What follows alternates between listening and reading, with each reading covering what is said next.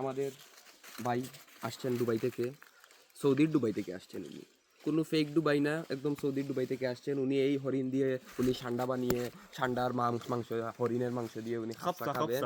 উনার এই মানে বিশালতার পিছনে সফলতার পিছনে একটি কারণ আছে, একজন মানুষ আছেন। বলেন ভাই, কি কোন মানুষের নামটা বলেন বলেন। आप किसका बात कर रहे हैं? हम तो नहीं समझता। हम तो तुम्हारा ये तो पाकिस्तानी है। हम 71 है, हम 72 है। এই যে এই হরিণগুলো আপনারা দেখতে পাচ্ছেন, এই হরিণগুলোর মেইন মালিক হচ্ছেন ইনি। এগুলা হরিণ না, এগুলা সব ঠান্ডা, সব ঠান্ডা। এটা হরিণের কারণে এটা রং করা হয়েছে। হরিণের কালার রং করা হয়েছে, এগুলো আসলে বাঘ। এগুলো আসলে বাঘ, কিন্তু এটা হরিণের রূপ দেওয়া হয়েছে কারণ তারা যেন বুঝতে পারে যে শিকার করার জন্য।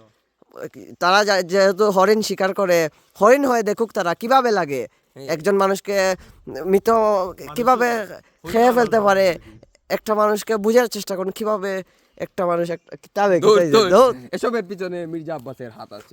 এই যে মির্জা আব্বাস, মির্জা আব্বাস আর এদিকে তরফ যাবে, নাসিরউদ্দিন ডারবি নাসির। আমাদের কাছে যাবে, ওরা খাপসা বানিয়ে খাবে। সৌদি আরব। মির্জা আব্বাস ভাই, আপনার কোনটা লাগে আপনি শুধু বলেন, একবার বলেন আপনার কোনটা লাগে ভাই। আমরা প্রস্তুত এই চিতাবাঘ, হরিণ মতের মতো দেখতে চিতাবাঘ আপনার জন্য আমরা নিয়ে আসবো ভাই।